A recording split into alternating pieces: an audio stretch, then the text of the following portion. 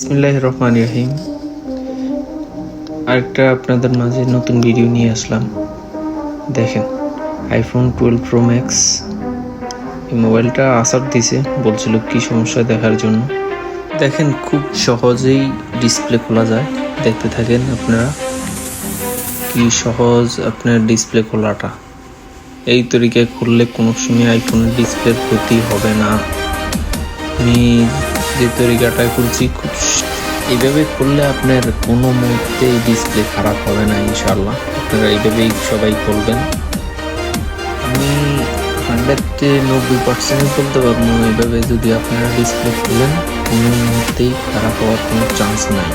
এই ডিসপ্লেটা সবসময় খোলার চেষ্টা করুন এভাবেই। আপনার এইভাবে হালকা থিনার দিয়ে সাইডে একটু থিনার দিয়ে একটু অপেক্ষা করুন। 5টা মিনিট অপেক্ষা করার পরে আপনারা আড়াল দিবেন। ডিসপ্লেটা আসতেই খুলে আসবে, উপরের দিকে উঠে আসবে। যেদিক দিয়ে টান দিবেন দেখবেন, এই দেখেন আমি কীভাবে খুলতেছি।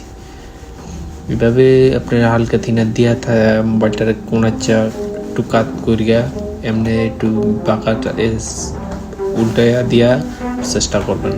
এই যে গামটা দেয় পেস্টিং, ওই পেস্টিংটাই একটু প্রবলেম হয়। আপনার ওই পেস্টিংটা ঠিক থাকলেই আপনার পেস্টিংটা যখন নরম হইব তখন খুব দ্রুতই খুলে দেবে। কোনো আড়াল কোনো প্রেশার ক্রিয়েট করা লাগে না। ফোনের সব কিছুই সহজ, জানলে সব কিছুই একদম সহজ। আপনার এভরিথিং কাজ, যেই কোনো কাজই হোক সহজ, মানে আপনি একটু ধৈর্য সহকারে করতে হবে। ধৈর্য সহকারে কাজ করবেন। দেখেন, আমি মোবাইলটা খুলে ফেলছি। এটাও অনেক মাইর খেয়েছি। এই মোবাইলটা আর হবে না। এই মোবাইলটা পুরো বোর্ড সিপিইউ রিগুল করতে হবে। সিপিইউ থেকে বোর্ড করে এই বোর্ডটা বাদ দিয়ে আবার আরেকটা বোর্ডে সিপিইউটা সেট আপ করতে হবে। আজকে থেকে এই ভিডিও। আচ্ছা, তো ঠিক আছে, ওকে, আসসালামু আলাইকুম।